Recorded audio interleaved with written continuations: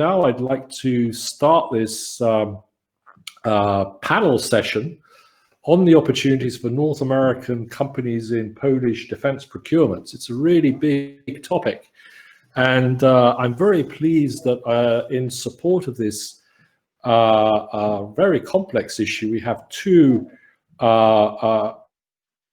impeccable experts to help you have an overview of what the possible opportunities are. First of all, Małgorzata Żelazny, who's a highly respected defense and security studies analyst here in Warsaw. She has an illustrious career behind her, working as a chief security specialist in such institutes as the Pulaski Foundation, the International Institute for Security Studies, and most recently the Warsaw Institute of Security Studies as well.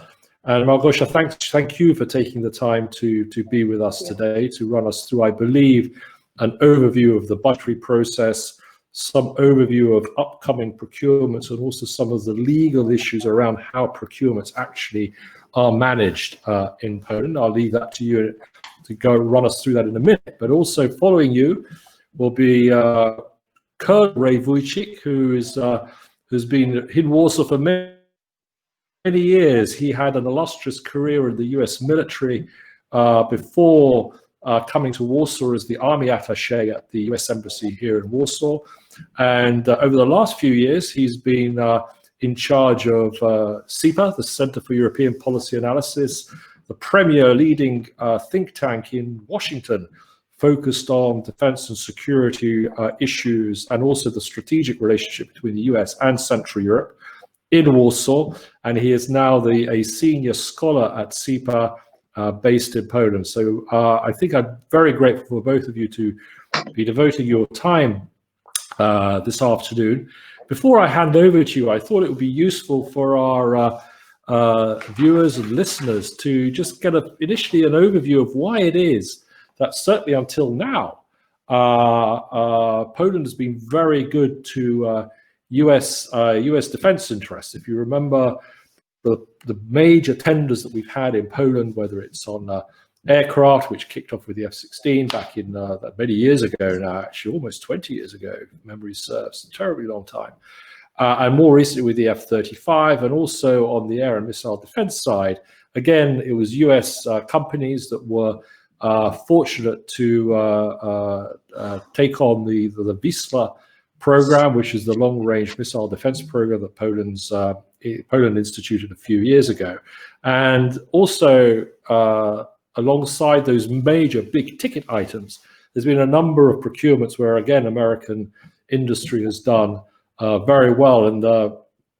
And certainly the Polish government has been looking to the US to be its major partner in defense procurements. Now, why has that been, and why has that been particularly over the last 4 or 5 years? Well, it's really two things at the same time. One is the fact that, broadly speaking, since 2015, in Poland, you've had a government run by the Law and Justice Party, headed by Mr. Jarosław Kaczyński, which was fortunate enough to win twice, 2 elections now in a row, with an overall majority in the Polish parliament. And Law and Justice, from the beginning, made it clear that its key strategic priority relationship was going to be the United States. And certainly, if you look at the national security strategy, which was recently announced and signed and ratified by the Polish president Andrzej Duda, that very clearly identifies the key strategic threat to be Russia.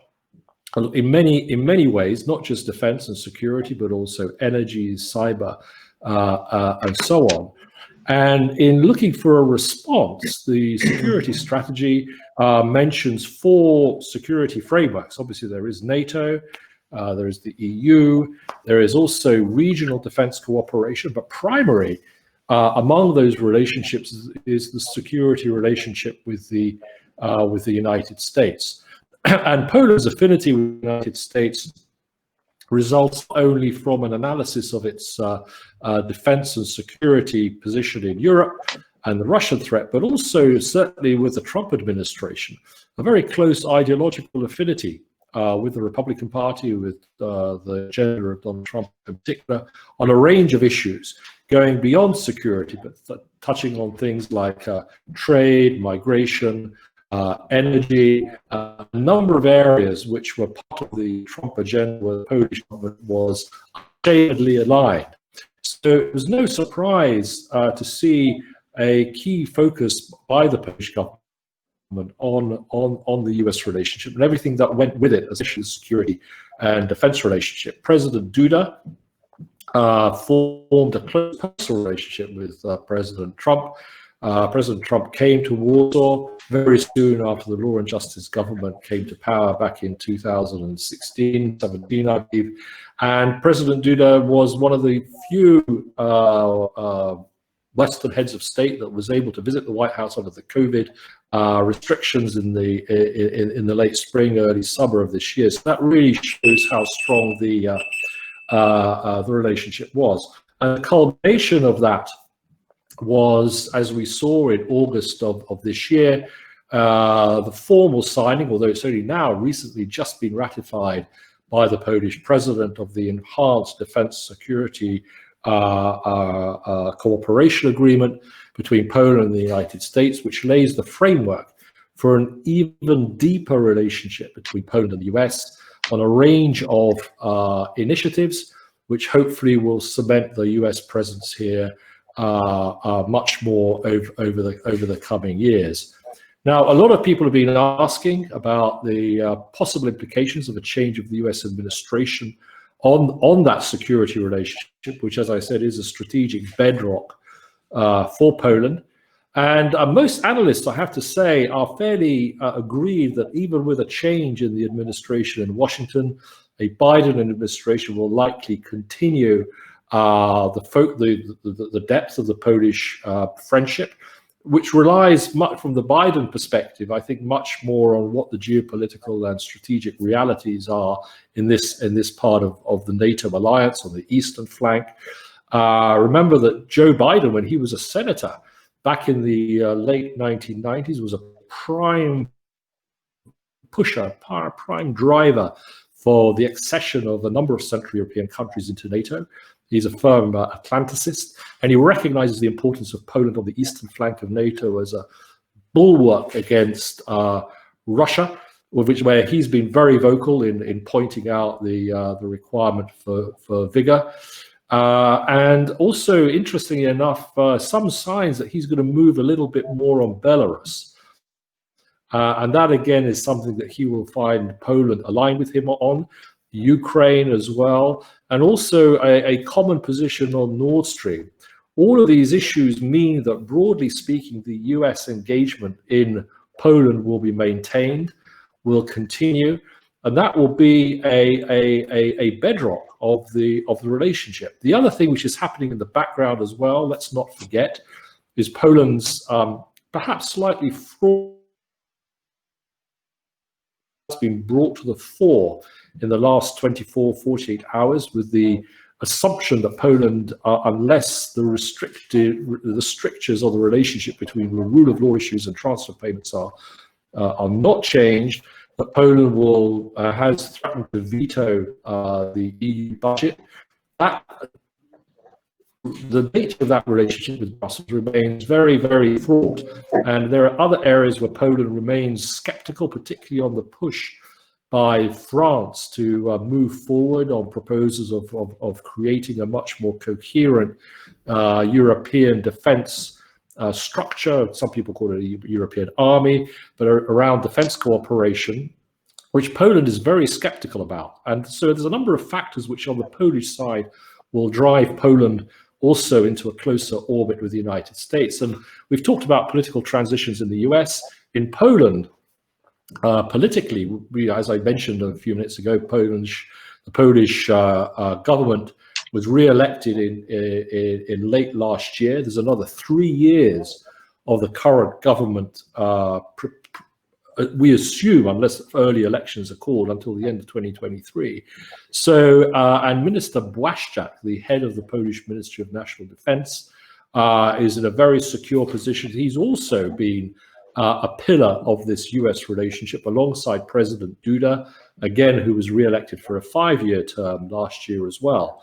So the twin pillars of the executive, if you like, the government and the president, are in situ for the next few years, and really their position on prioritizing the US relationship is not going to change. And even among the opposition, although they're very critical of the Polish government or the current government on a number of issues, on security policy, they've always been also strongly pro-US. It was actually under the previous administration, a number of these procurements were being pushed forward.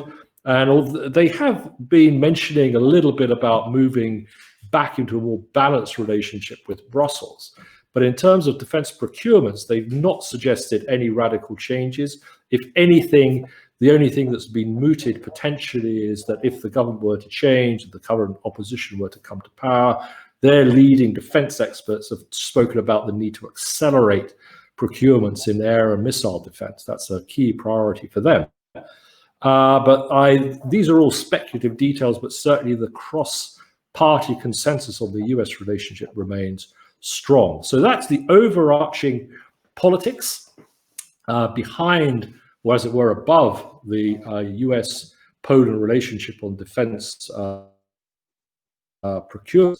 And to give us a little more, well, I hope much more detail in that, I'm going to turn over to Małgorzata Żelazny now, who will run us through a little bit more detail on the budgets, on the programs, and also the procurement rules that I think people will be encountering if they want to be coming to Poland to engage in these procurements. So, Małgorzata, I will leave it to you now to take over and to give us your thoughts on those crucial areas. Małgorzata. All right.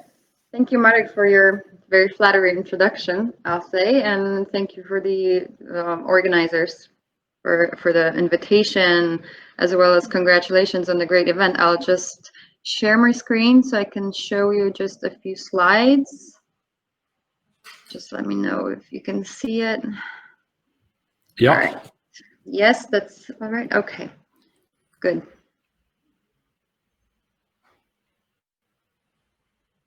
Okay. All right. So, sorry, because I can't see now.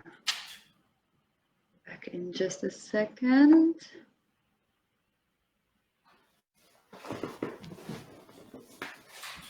Okay.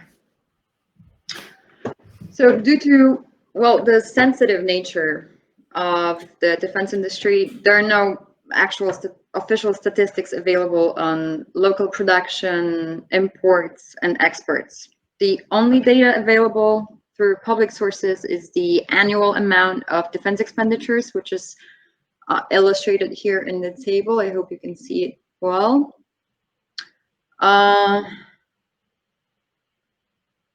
Yeah, we can see that. Okay. Polish government annually negotiates its defense budget. In the 2020 budget, the Polish government allocated 2.1% of 2019 GDP government, 2.1% of 2019 GDP. Just a quick reminder, the government announced its intent to increase spending up to 2.5% of GDP by the year 2030. But the 2.1% of 2019 GDP now is an amount equal about $12.5 billion, which is for total defense expenditures, of which about $12.25 billion is dedicated to national defense, and only $3.35 billion allocated for arms and technical modernization. One of the main expenditures is salaries and pensions. I have to say Poland, let's put it this way, leads the former East Bloc countries in parting from Soviet-era equipment, and it's got long-term plans to replace any remaining Soviet-era equipment with modern NATO-compatible platforms. Therefore, the Polish government plans to, well, strengthen and reorganize the armed forces and the Polish defense industry. For many years, Poland's military has been transforming, and it still is transforming, into a more mobile and NATO-compatible, capable force. Changes occurring in every area of operation, to include force structure, staff organization, training programs, doctrines, security procedures. Modernization plans include improvement of troop capacity, troop mobility, air defense systems, and further development of professional army. The total value of the 2020 to 2035 modernization plan is estimated at approximately $133 billion. If I can sum it up a little bit, the Polish armed forces modernization, if you can see the next slide, is based on 3 pillars: assessment of Polish military needs, time frame for delivery of equipment, and Polish industry involvement. There's a special emphasis on using Polish defense industry capabilities, especially Polish armament group companies. Opportunities for North American companies. Well, the main opportunities lie in investment, technology transfer, and co-production work. As we can say, Polish defense companies, they seek agreements or joint venture opportunities with foreign defense companies. So when they're mixed with, let's say, relatively lower cost of production in Poland, well, they can be attractive to potential customers. So a few important issues to remember, just as the bullet points. The most important factor in awarding a contract in Poland is still the price, which is particularly critical for big purchases. Other variables, such as quality, availability of service and training, technical assistance for the installation, they're equally important, but they always come after the price. The Polish government is required by law to hold tenders for major procurements, though there's a national security exception, of course. But there are a few factors that determine the project category, such as financial value, project complexity, international cooperation, and political sensitivity. The third thing to remember is the American companies are free to submit tenders to the contracting authority directly. However, direct purchases from foreign suppliers are very rare, and it is, of course, recommended to identify local agents, representatives that can provide necessary assistance. I don't really think I have to tell you that selecting an appropriate representative is very important. The next thing that I would like you to remember is the American companies that want to export to Poland should be familiar with the country's public procurement law, also Polonization and Offset Act. Polonization is part of Poland's long-term plan to become more self-sufficient and to increase and promote local industrial production. So, well, the bottom line is that it is nearly impossible to effectively sell defense products without a competent agent. What we have to also remember is Poland's military is traditionally land force heavy. Currently, the military consists of over 100,000 professional soldiers.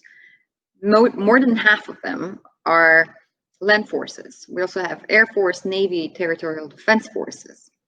In October 2019, the Polish Ministry of National Defense announced its new technical modernization plan, 2020-2035, which outlined a number of major procurement programs. I've listed them here, but we decided Marek would talk about them a little more, so I will just move on to the Armament Agency. So the procurement processes here in Poland are lengthy and complicated. They involve numerous entities who have to juggle the responsibility among themselves. And to kind of break this deadlock, a bill has been prepared bringing the Armament Agency to life.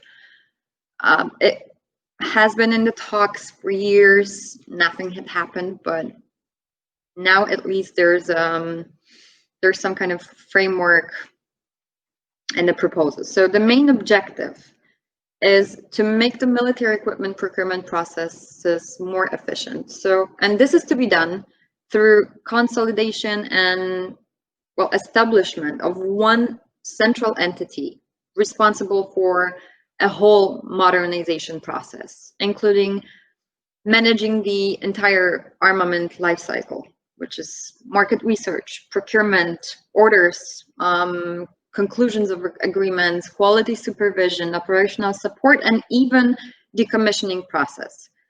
And this one organ is supposed to be an armament agency. The armament agency would also be responsible for assessing the emergence of the basic national security interests. It would be also responsible for verifying the needs that the Polish military has, making the requirements realistic. At least here's hoping. And the new entity, armament agency, would be also responsible for the offset manners, for promoting the Polish defense industry exports. And one of the assumptions behind the agency is to, well, increase the level of coordination of modernization plans with the domestic defense industry. And this is to allow the industry to respond to the requirements that the military is going to define. And to make all those plans real, it actually requires many structural changes. And according to the concept presented by Minister of National Defense, Mr. Błaszczak, he presented that at the Defense 24 Day, which happened back in September. Let me just show you the slide. The Armament Agency would take over the tasks of entities such as, well, Armament Inspectorate, Offset Agreements Bureau of the Polish Ministry of Defense, Inspectorate for Implementation of Innovative Defense Technologies, Armed Forces Support Inspectorate within the scope of operational support for the military equipment and armament, Department of the Armament Policy at the Polish Ministry of Defense, within the scope of assessing whether the basic national security interest emerges, Military Center for Standardization, Quality, and Codification, within the scope here, qualitative supervision of the equipment, and Military Property Agency within the scope of decommissioning. The aim of those changes, of course, is to rectify the disadvantages of the current military procurement system. It was observed that the lack of clear division of responsibility or definition of requirements that were not realistic was usually the case of many, many, many delays. But the bill that would introduce all the issues and solutions here is a proposal submitted by the Polish Ministry of Defense. So it is not final yet, and it has just become a subject of internal arrangements within the ministry and between the ministries. But I think the concept is a major opportunity to ease up the modernization processes, and the implementation of that concept would make it easier to coordinate the efforts undertaken by all of the military procurement process participants, including the industry.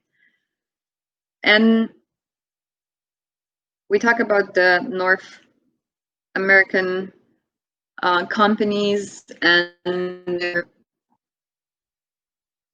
as well opportunities for them as Poland strengthens its military, but we can't talk about them without the American presence here and then without more of the American politics here. So I would probably give the floor to Ray to talk a little bit more about that.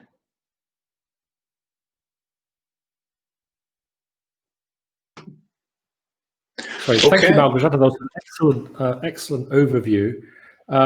If we have time at the end of the presentations, I'd like to come back and talk a little bit more about the industry aspects. I think that's very important. But before that, I will ask Ray to give us his presentation. Hopefully, we'll have time for a little bit of conversation between us for the last few minutes of this presentation. Ray, over to you. Okay. Again, thanks for the fantastic introduction, Marek. I see many friends online for the meeting.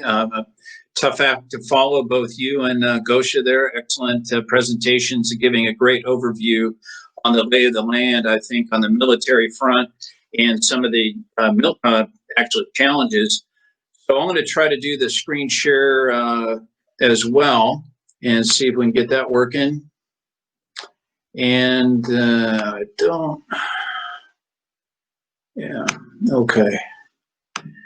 Might not work. It's not.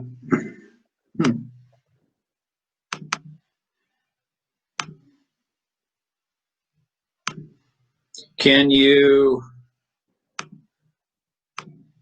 no slides, huh? Okay.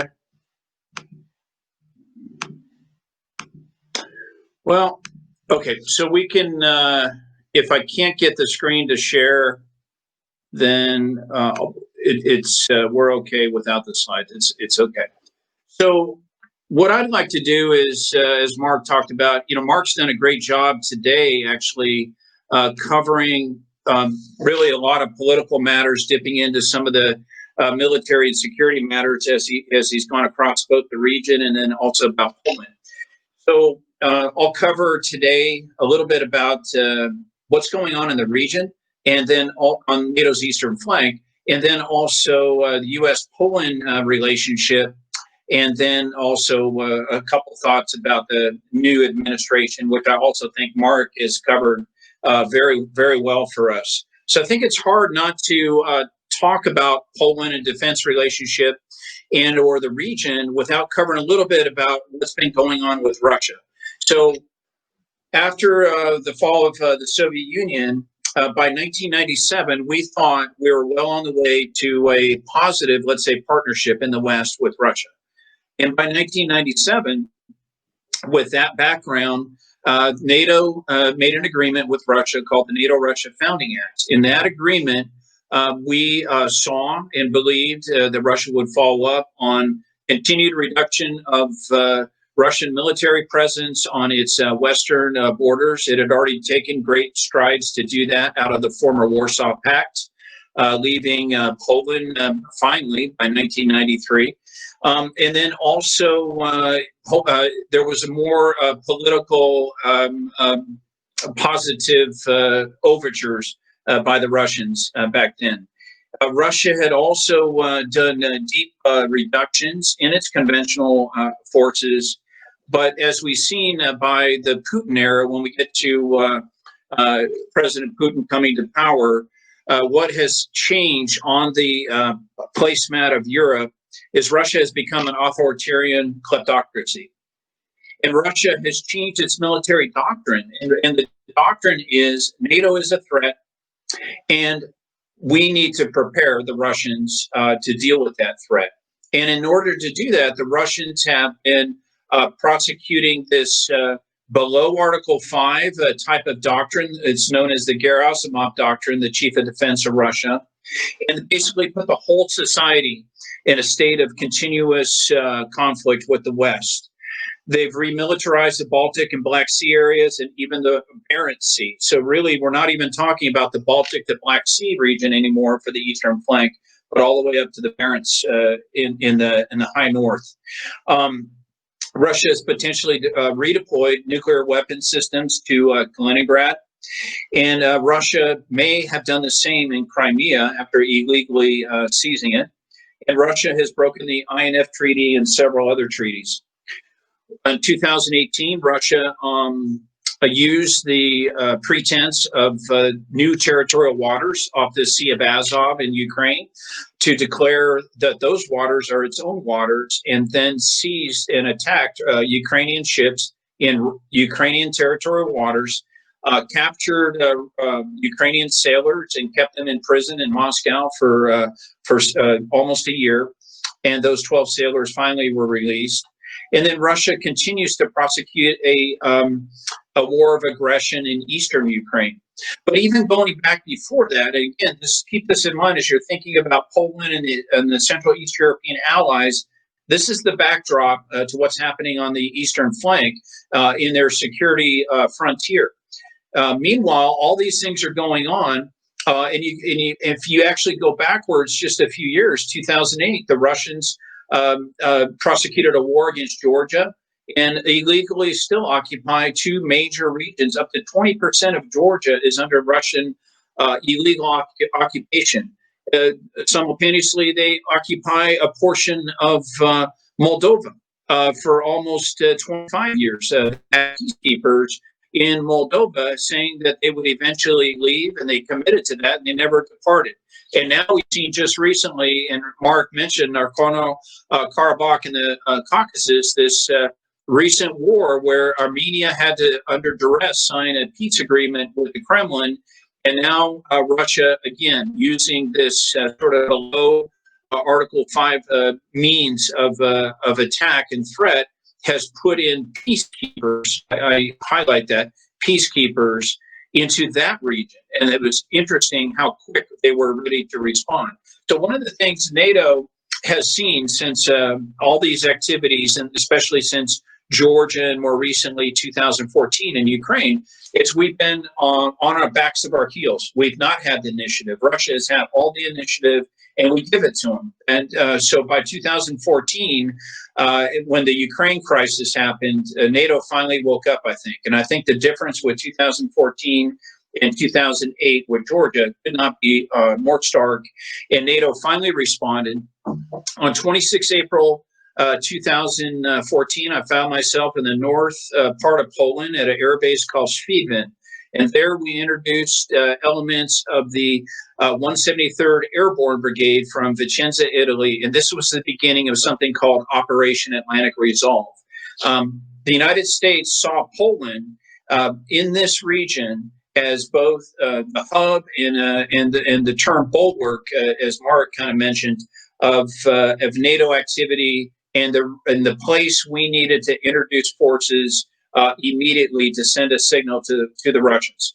We did the same similarly just a little bit later in the Baltics, and over time in these last 6 years, sort of spurred on by United States activity, NATO has followed suit and supported in great ways these deployments and new posture.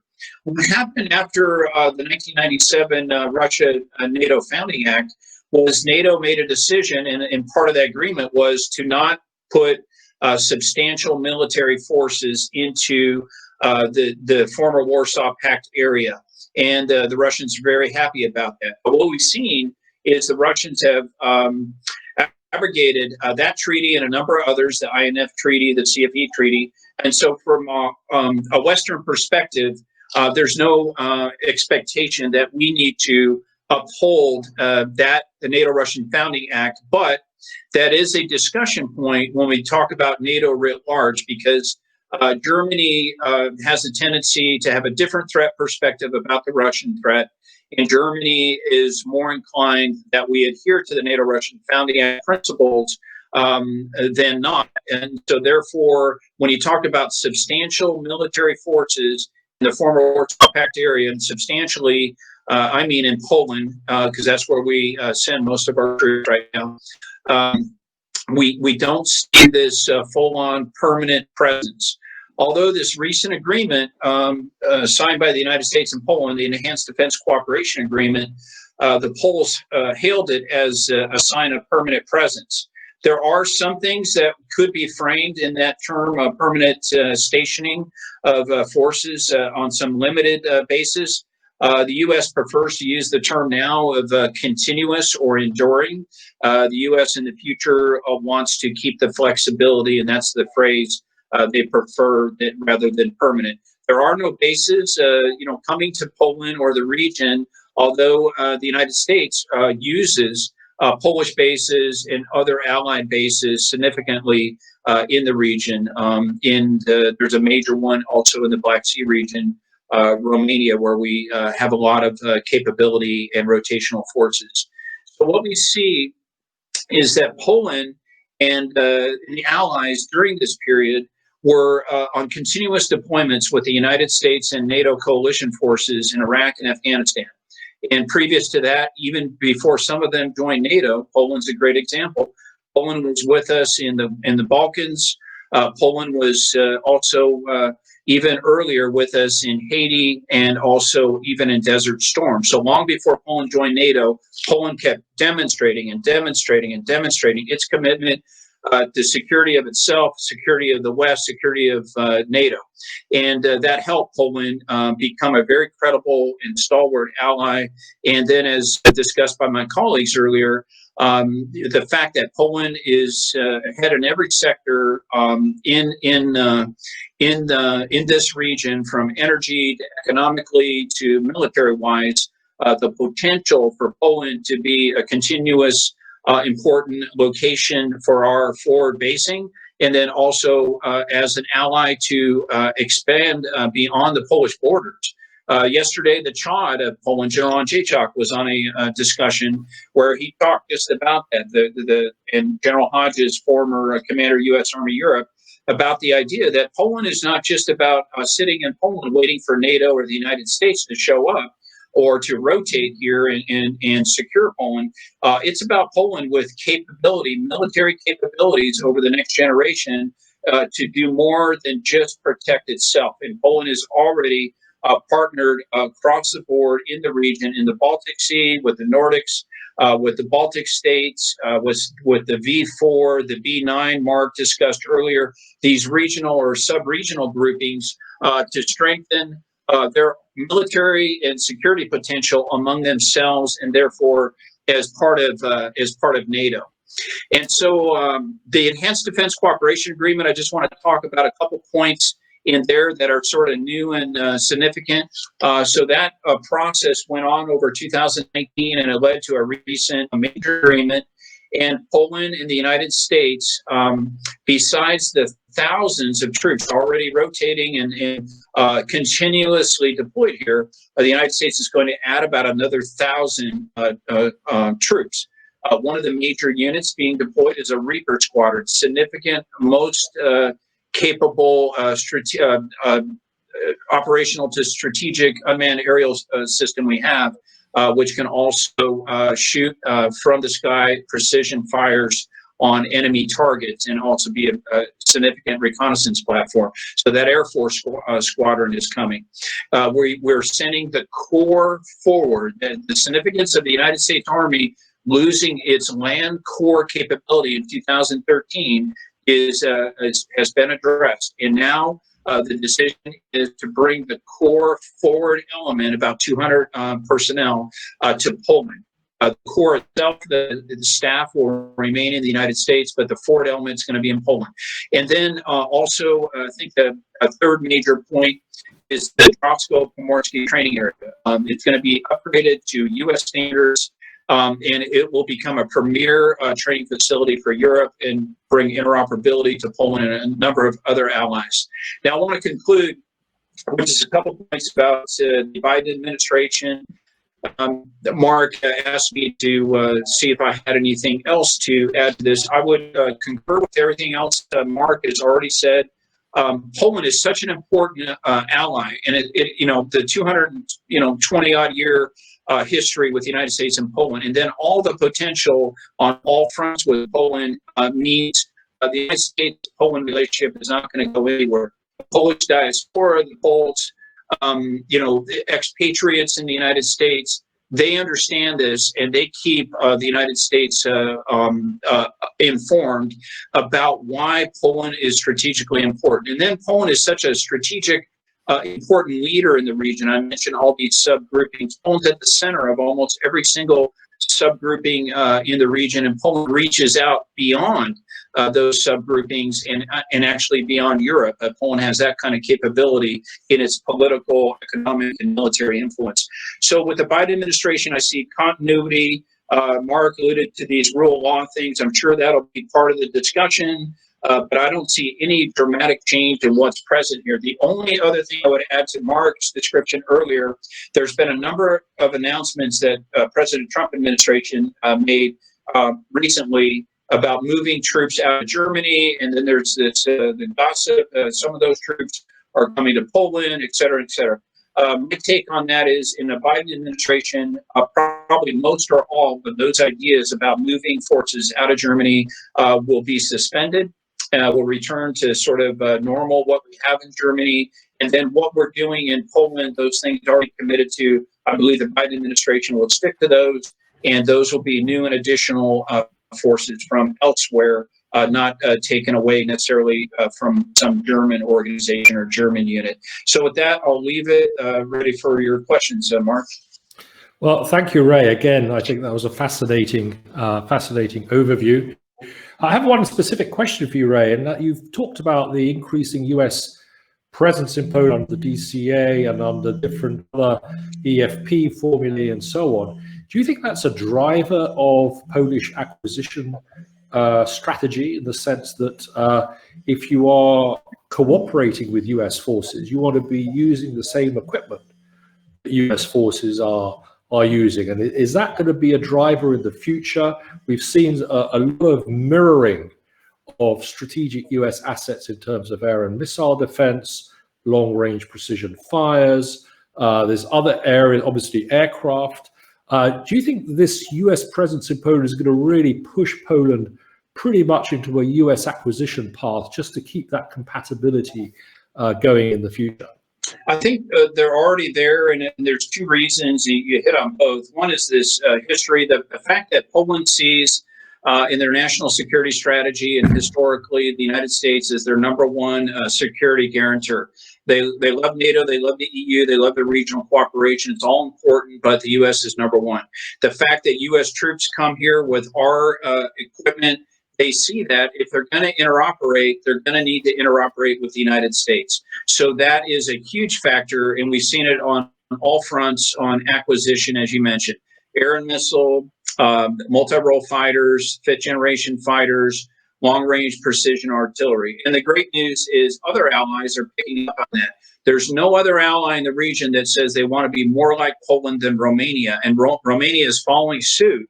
Following these Polish patterns. Lithuania, in some cases, also doing the same on more limited procurement ideas. And then Czech Republic, many in the defense sector are very envious of what's happening. So the catalyst of our forces here driving acquisition in Poland is also driving a bunch of other threads in the region. Great. And Małgorzata, if I could ask you to follow up a little bit on your fascinating overview of the Armaments Agency, because there is a very important role, as you've said, for PGZ, the Polish Armaments Group, in that organization, which, if the Armaments Agency is going to come about, will now be resubordinated under the control of the Ministry of Defense. Can you just explain a little bit to our viewers and listeners about this interplay between who controls PGZ? Because I think that's an important part of the domestic politics, isn't it, here? The difference between State Assets Ministry and Ministry of Defense and so on. So that was a discussion at the Defense Day. It was actually interesting because the Defense Minister, he was asking the question to the audience and to the experts, who should guide the PGZ? Should it be the Minister of Defense? And he actually kind of lead the discussion that it should be the Ministry of Defense. But a lot of experts, they usually say something that contradicts whatever Minister of Defense said, and that it shouldn't be guided by the Ministry of Defense, but it should be a part of the Armament Agency per se, and that the center, being the PGZ, should not exist in the form that it exists right now. And this is why, and here comes the Armament Agency. Okay, Małgorzata, the other thing I just wanted to touch on, and I think because at the beginning of your initial statements, you talked about budgets and programs. I'm going to exert a little bit of chairman's privilege here, because I actually have a chart that I think would be very interesting for some people to look, which illustrates, I think, what you were trying to say, which is this relationship about the procurement schedule for various programs, and you listed them in your chart, and the budget that's available. If I can make this work, I'd like to sort of show one chart just before we close off. And oops, there it is.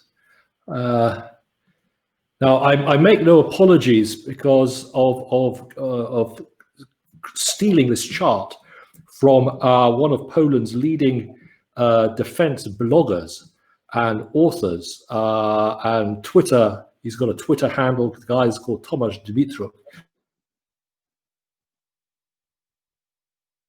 Effort to illustrate on a single chart, which he tweeted out a few days ago, the structure of procurements in relation to budget.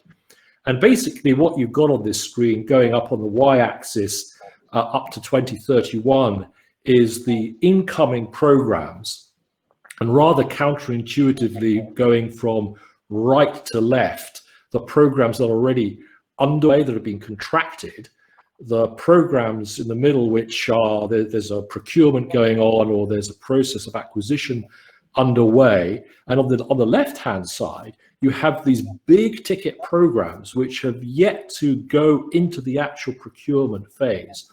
So if you were talking about the opportunities for North American defense companies, well, what you can say two things. First of all, you sort of come at the right time, because as of 2020 going up to 2031, and actually the acquisition plan goes out to 2035 even, you have these very large acquisition programs in the pipeline, and they involve naval, that's Miecznik, you have air and missile defense, that's Narew and Vista, you have a tank program, that's Wilk, you have Kruk, which is the attack helicopter program, and a number of other programs as well. There's one or two which also carry on from the past, like HOMAR, which is essentially long-range precision fires, that's the HIMARS system. But what this shows is, number one, the good news is that you have big programs coming up over the next decade. The bad news is that it's the budgetary relationship, the squeeze on the defense budget is going to be really, really very considerable. And if you look at the size of the programs that have been already initiated, you can see the disproportion. So there is a valid question on how quickly and how far these very interesting potential programs can be consumed by the defense ministry. So I just put that chart up just for people to see and visualize the scale, both the scale of the opportunities that are out there, but also the challenge, because trying to manage those huge programs, find the budget for them, even though the prospect of Poland moving to, I think it's 2.5% of GDP on defense by 2030, that's the current legislative plan.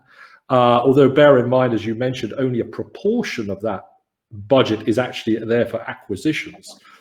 It's nonetheless, it's a tall order, but I think it gives you a flavor of the potential opportunities that are there. And obviously, as Ray mentioned, a major driver of where those acquisitions go is going to be what happens in the next few years about within the Polish-US military relationship. And as Ray, as you laid out, that path looks very, very encouraging.